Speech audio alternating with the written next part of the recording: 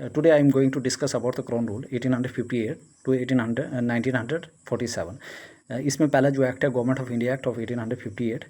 इसमें क्या हुआ था, this significant act was enacted in the wake of revolt of 1857. ये एक्ट किस टाइम हुआ था, जब रिवॉल्ट ऑफ 1857 हुआ था, और इसी रिवॉल्ट ऑफ 1857 को कहा जाता है सिपाही म्यूटिनी और the first war of independence. I hope everybody clear. और ये जो एक्ट है इसको किसके लिए जाना जाता है, for act for the good government of India. मतलब कि इसकी एक्ट मतलब कि इसमें इस एक्ट को किस नाम से जाना जाता है, also known as the act for good government of India. और इसने क्या किया था, इसने एबॉलिश कर दिया था किसको, ईस्ट इंडिया कंपनी रूल को. ठीक है, तो this act abolish the east India company rule, और जो पावर थी वो ट्रांसफ़र कर दी.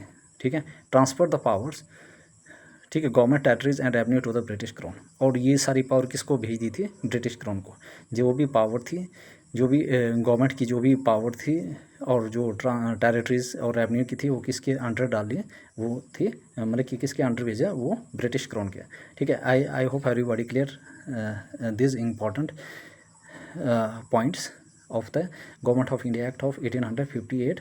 इसमें क्या हुआ था कि रिवॉल्ट ऑफ 1857 हुआ था, और इसी को कहा जाता है सिपाही मिट्टी और the first war of independence. ये act good government of India के लिए जाना जाता है. इसमें ईस्ट इंडिया कंपनी का रूल जो था उसको ख़त्म कर दिया था, गेटिंग. और जो भी पावर थी और जो गवर्नमेंट की जो पावर थी और टेरिटरीज और रेवेन्यू की थी, वो किसको ट्रांसफ़र की थी, ब्रिटिश क्राउन को. I hope everybody clear all these important points.